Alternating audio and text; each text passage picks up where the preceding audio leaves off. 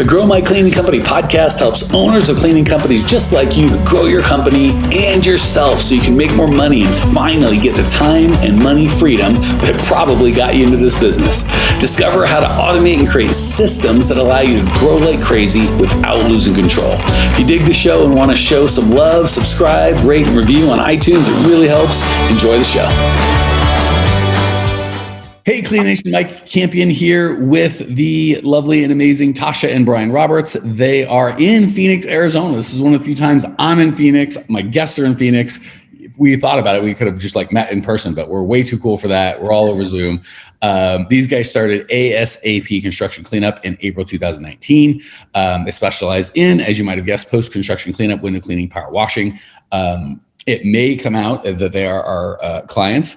And for those of you that are fans of the show, you know I don't recommend construction cleanup, stuff like that, move in, move out. I believe we're helping them transition out. I'm not trying to shame them. I just don't want to hear the podcast go, wait a sec, if they're clients, they should be doing other stuff. I know, we're aware, we're working on it. So be nice to Team Roberts as they tell their story. The reason we have them here is I love, we do a lot of coaching. So if you're like, I just want to hear my coach, there's like 500 episodes of that. It's enough already. For those of you like, I want to hear other people that are having similar struggles or kind of overcame some stuff. That is what we're doing today. So anything I missed in the introduction, team Tasha/Brian, that you'd like to add about you, your company, your family, crap talk about me, my family, whatever you want. No. This is going to be a long podcast if I do all I should have told you earlier, it's totally okay for you guys to speak even out loud. Deal? Deal. We can talk about how we started and everything like that. Yeah. Tell us, if you don't mind, what was your pre-cleaning company lives? Okay. So I guess we should start with our cleaning company is owned by a corporation called ASAP Door. So we're owned by another construction company that does doors, glass, custom steel. So I took that company over. It's a family-owned company. Took it over about 5 years ago. And then about 2 years ago, Brian and I decided to add another division, which was the cleaning. So we've kind of just been in the construction industry for a while. Brian's been in it for a lot longer than I have. So it just made sense to focus in that field still. So that's why we started with post-construction cleanup. Cool. I'm so glad that you said that. So I will give Team Roberts a little bit of coaching that I think will be good for the whole, and we'll kind of get back to the narrative because I'm dying to hear all the details. So just for all of you guys who are like, Mike just did like construction. I owned a construction company. I've coached a ton of construction companies. Certainly if you guys have a construction company that owns this company, honest to goodness, that's even, in my opinion, that's even more reason to diversify into commercial cleaning. One of our largest clients that we've coached, I think they were doing like 40 or 50 million a year. They did mostly construction, very similar to what you're saying. That's what made me remind. And they wanted it. They saw that construction. And again, I was in construction, so I found this. It's very cyclical. So you can have a good 3 or 5, sometimes even a 10-year run, and then things get wonky and it gets nasty. So they were going into commercial cleaning because they're like, hey, we want something that's not cyclical, right? Good business, bad business. No one's going to fire their cleaners. I shouldn't say no one. Commercial people aren't going to fire their cleaners. They might grind you on price a little more, or like try and chintz you on the bill, but a real company is going to just have paid cleaning services. So I would encourage everybody that's like, hey, I'm going to, because we do have a lot of folks in Cleaning Nation, like I've got a different business and I'm considering either changing to or adding residential or commercial cleaning to it. I'm a big fan of diversification. So I wouldn't want all my eggs in. One of the reasons we don't coach doing construction cleanup is it's very cyclical. A, it's hard to scale, and there's a bunch of other stuff, but B, it's cyclical, right? So right now I'm in Phoenix. I can see a crane there. There's a high rise going up there. I think if I look over there, like there is construction, man. It is. It's good. Why we did it. That won't be the case. It won't be the case forever, right? Maybe we got a year, maybe we got 5, who knows? But at some point it shall cease. All right. So I'm actually fascinated by the whole story. You took over or bought, was this a family? So it sounds like you had a family business, Tasha, or your family had a business? Yeah. So yes. I'll tell kind of a sad story. So sorry in advance. So Nicest previous, like opposed to spoiler alert, we have a satellite. Yeah. Fast forward a minute and come back when we're all smiling. yeah. So I was working in finance before, corporate America. That is, but so sorry. That's terrible. I'm heartbroken. yeah, it Yeah. was. I mean, I liked it, but my family started this company back in '99, my mom and dad. But in 2016, they were in a motorcycle accident together. So they were both taken out in the hospital for months. So the family kind of stepped in. I quit my job, stepped in and took over the business. They were really never able to fully come back. So I just took it over from there, either take it over or sell it. And it was not, unfortunately, at the point where we could sell it. So yeah, I took over from there and just have been learning ever since. And then Brian joined me a few years ago. So a couple things. First, this is like my public service announcement. I've met enough nurses. I won't go near a motorcycle. Like, we're all going to die. Heart attack, high-speed car accident where I'm out, I will take it. But I'm so sorry. Motorcycle accidents are just terrifying. So I'm so sorry. Absolutely. Guys. So there's your public service announcement, guys, gals. I know I sound like old man Campion, but even if you want to go fast with a car, fine, you got something. Those motorcycles is just terrifying. So second, it sounds like it's so funny having coached hundreds of people. It's like you hear a different story of how people got into the business. And as soon as you're like, I've heard them all, this will be some version of what I've heard. It's like, nope, there's a brand new one. So it sounds like your family had this business and you're like, I'm going to go do my own thing. I've got, it's not like you're the heir apparent. You had your own life, your own deal, you had a happy job. The parents needed you. And I love that it says the family. Do you have brothers and sisters that came in and helped as well? They did short term. My sister kind of moved in with my parents, became their caregiver. That's not my personality. So I wasn't able to help in that way, but I was like, hey, I can take over the business. I can figure it out.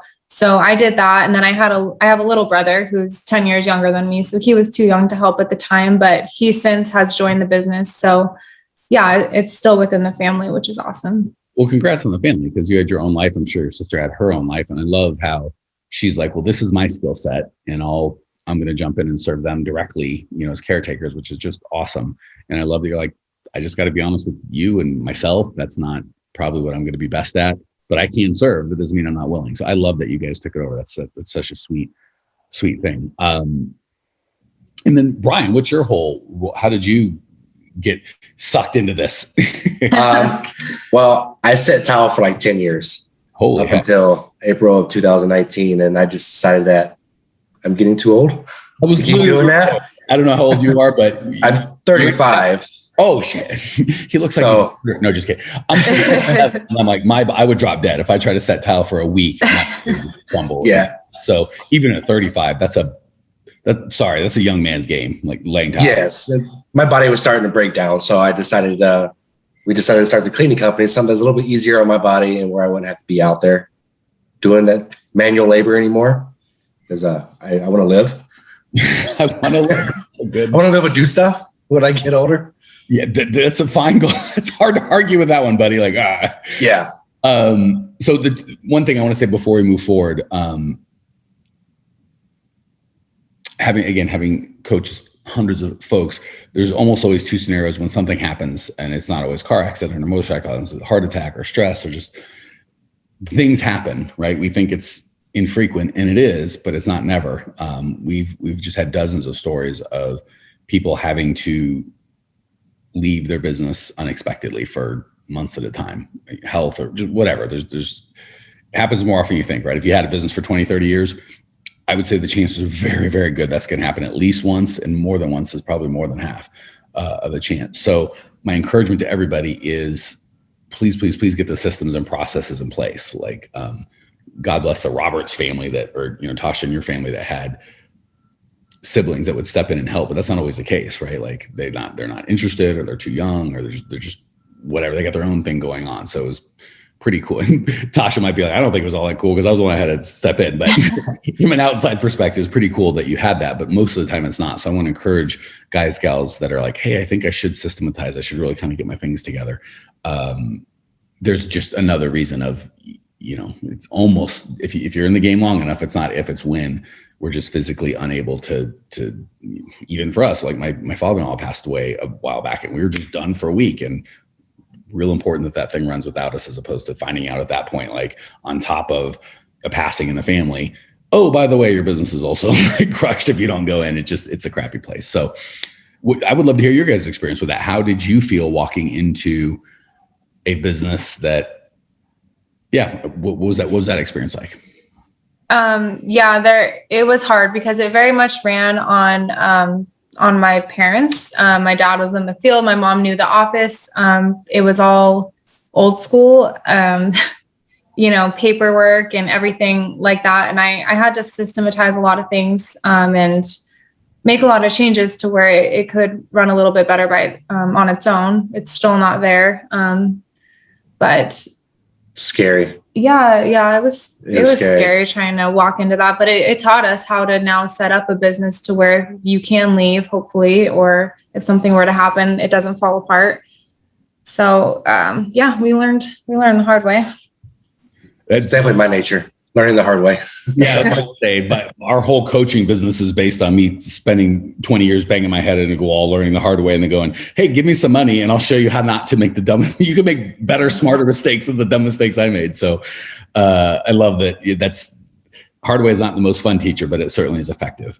Yes. So, Brian's like, here, preach. I'm the best at it. Brian's like, I'm in. Amen, brother. Yeah. So I love the story up until that point. What made you kind of take a left turn or start saying, hey, we want to add construction cleanup? Well, we already had the contacts in the construction industry with my background in the construction industry, and then the door company been around for 20 years. We already had multiple relationships that were willing to give us a chance. So we knew there was a market in it because there's so much construction going on out here, and we decided to take it and run with it. I think we just wanted to build something that was our own. And we saw the opportunity there and have all the contacts and relationships built. So we just went from there. But we are learning a lot how yes, it can be hard to keep up with all these big projects and income up and down. We're learning a lot. And I love that. That's any entrepreneur that's good and honest will say that I'm learning a lot. Right. So again, we have a whole team of people, and our whole job is to teach other business owners how to own businesses. I invest anywhere between $50,000 and $100,000 a year in my own education to still get better. So every, again, honest entrepreneur that really is a good entrepreneur will say, I'm learning a lot. The people like, oh, I got this down, I'm good, are usually the biggest knuckleheads. The people that probably need to learn the least are the ones that invest the most in their own learning. Right. So I love that attitude of, I'm a bright human being and I've learned a lot, but I'm still learning a lot. Every day.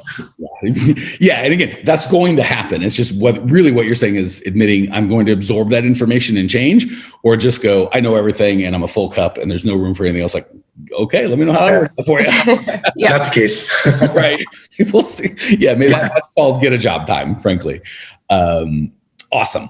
So, gosh, I should know this, but I don't. How did we connect? What made you all reach out to us? And I started listening to your podcast when we were entertaining the idea about starting the company. I just started listening to your podcast, trying to get ideas, learn, because I've never had a cleaning company before. I was an installer my entire life, never cleaned anything really. And we just been listening to your podcast off and on for the last couple of years. And then Tasha started listening to it here, last few months? Yeah, I just started listening to it. I'm not even sure. I think we filled out a form or something like that, and one of the coaches called us and we just went from there. So two things. One, I want to encourage all of y'all when, this is, again, I want to, during this podcast, I do the best that we can in little 20-minute chunks to kind of give a small snippet of the value that we're able to give our clients over a longer period of time. So first, I'll kind of tell you how we get clients that you guys can knock off, not just Team Roberts, but Cleaning Nation. And then second, I'm going to ask you guys, what's the most impactful thing you've learned so far, so you can kind of distill your experience that you've had with us down to the listeners, and they can hopefully get some value. So hopefully you guys heard I listened to the podcast, and that you could write down a note, start a podcast, which is fine. Podcasts are amazing. I'd highly recommend that. But that's not really the concept. The real concept is find out what your people want and give value first. ideally for free or at a very low, ridiculous cost. And if you do that enough times, certainly in a way that's scalable, right? The podcast, we're recording this one time and thousands of people will listen to it over the next 5 or 10 years, but I only had to do it once. But sometime 3 years from now, some guy will be driving down going, I love that guy. I want to do business with them. So find a way that's scalable, i.e. one to many, to give value to your people before you ask for anything, right? So perfect example. They're like, I don't even know how we signed up. We listened to the podcast. We kind of got to be fans. Somehow we got on the phone with somebody that tried to help us and they, here we are. So I would highly encourage that, right? If we just started with me calling them, which I could actually do, I could physically come down there and call on you, which is we can't say for 99% of our clients, said, hey guys, I'm a great business coach and we've got a great team here and give me some money and we'll help you. The response probably would have been tepid at best. Really like things piss off, right? But when you said, hey, here's a bunch of value that, again, the key being one to many, scalable, right? If I had to call them and say, hey, let me do free coaching one-on-one to everybody, then I couldn't scale. But if we do something that's one to many, you can do that. So that would be kind of my encouragement for Clean Nation out there of like, hey, how do I get clients? Find a way to give value that's one to many, that's scalable, that you can do it once and many people can look at it. You could write a book, you could do a video, you could speak in front of a group, you could do a podcast, you could do a YouTube channel, Instagram, lots and lots of ways with social media to do that. But give value first, ask for something second. All right. So how about you guys? What's the big, my favorite questions I love hearing, and it's a different answer every time, even though our content's the same. The experience that people get is different. What's the hardest thing we asked you to do? And did you do it or not? And how'd that work out?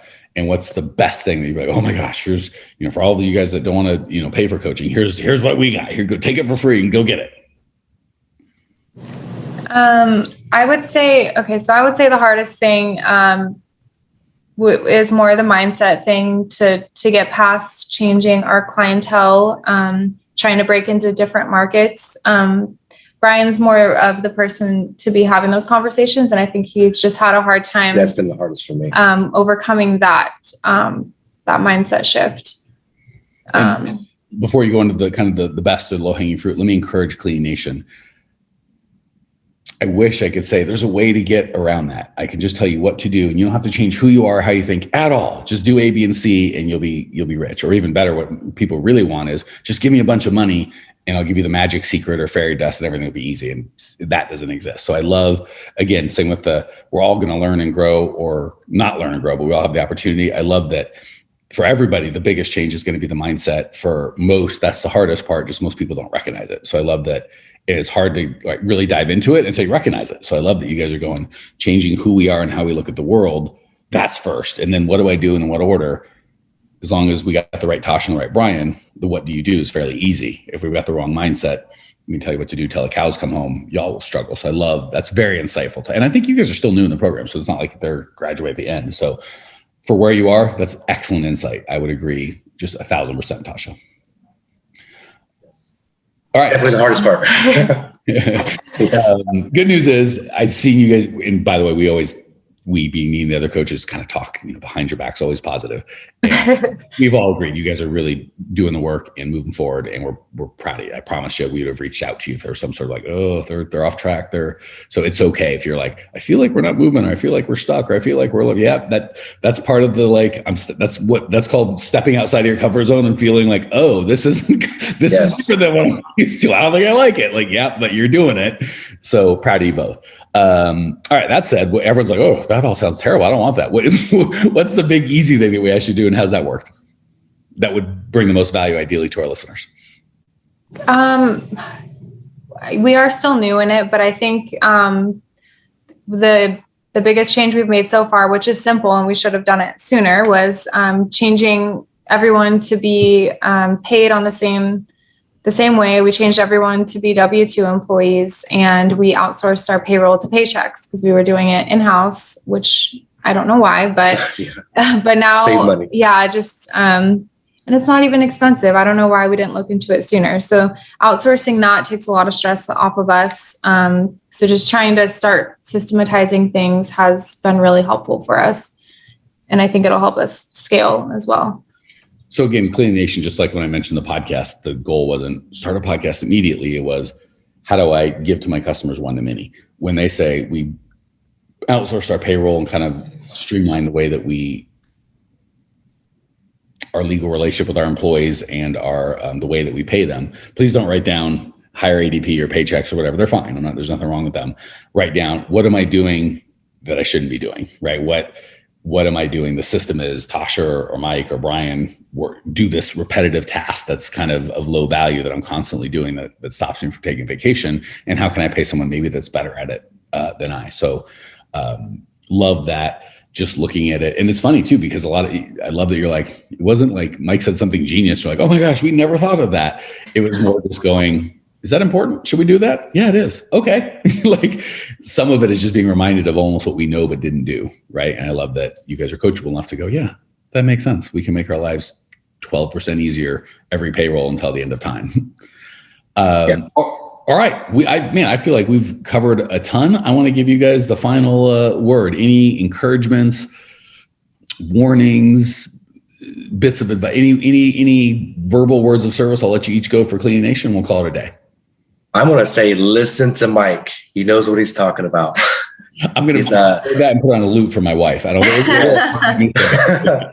I've learned so much in such a few weeks that people need to listen to you. I know it is hard, but just listen to you. You know what you're talking about and stick with it and it will come around.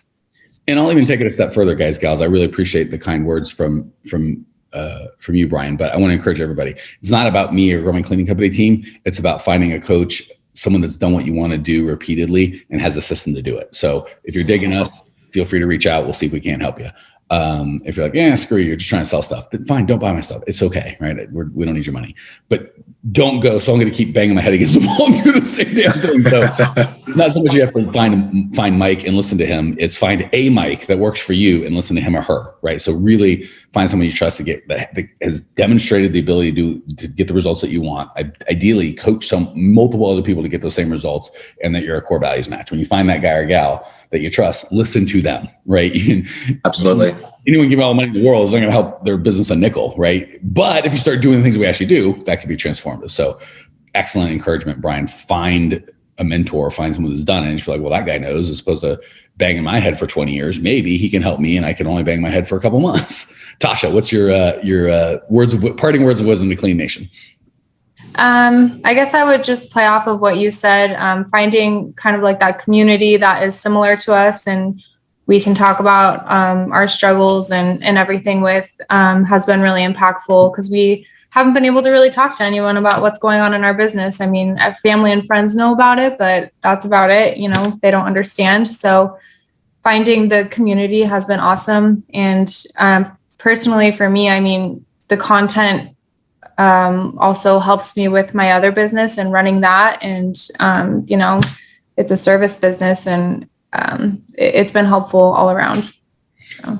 Yeah, I don't want you guys to miss that, because it sounds kind of like soft and frou-frou-y, like, oh, it sucks to be lonely, find other people so you're not lonely. But that's a big, like, solid business principle. When I started 20 years ago, the internet existed, but not like this, right? There weren't all these communities. So as much as, like Brian said, find a mentor or a team or a group of people that know what to do, that's probably it's definitely super helpful in terms of getting your goals. But the combination of that and a community of other human beings that are where you're at, it's super lonely. So like when Brian and Tasha have a disagreement, they get one vote each. And it's like, what do we do? Who do we talk to, right? You go talk to your high school friends, you know, about buying a $50,000 piece of equipment. They're like, I make $42,000 a year, you a-hole. Like they're not interested. They don't know, they just can't get it. Or employees quitting, or government regulation, just a bunch of stuff that is important to us business owners. And 92% of the people we talked about, what? So couldn't agree more. Find a group of people that are good people and going through what you're going. So just that ability to have those conversations, not only make the journey go faster, but just a crap ton more pleasant and less lonely. Like at least you guys have each other. Like a lot of entrepreneurs out there by themselves, just like trying to figure this thing out. So, all right, guys, gals, that was awesome. If you want more of this kind of help, go to growmycleaningcompany.com. We have a ton of talking about community. We have a Facebook group. It's got like 15,000 owners of cleaning companies. So you don't have to do this alone. Hundreds and hundreds of podcasts with me, guests like Tasha and Brian. Really everything you need to get is at growmycleaningcompany.com. I don't think there's a single thing for sale there. It's all just free, like just exactly what we talk about. And some of you will be like, oh my gosh, I love it, I need more. And you'll reach out to us and we'll see if we can help you. But growmycleaningcompany.com has all the free stuff. Check it out and share stories. Let us know what's working. Let us know what's not, and let us know what we can do to help you all more. Appreciate it. See you there. Well, here we are, the end of the podcast, and you made it. Great job. I've got a little bonus for you for sticking through with me, but like I mentioned before, if you got value out of this podcast and you want to show a little love, subscribe, rate, and review on iTunes, Spotify, wherever the heck you're listening to this thing. Share with a friend, share the love. And as a special thank you for those of you that stuck with me to the end, how about I give you my personal phone number so we can text? It's a great way for me to get to know you, your business, your goals personally. So shoot me a text now, 602-932-6431. That's 602-932-6431.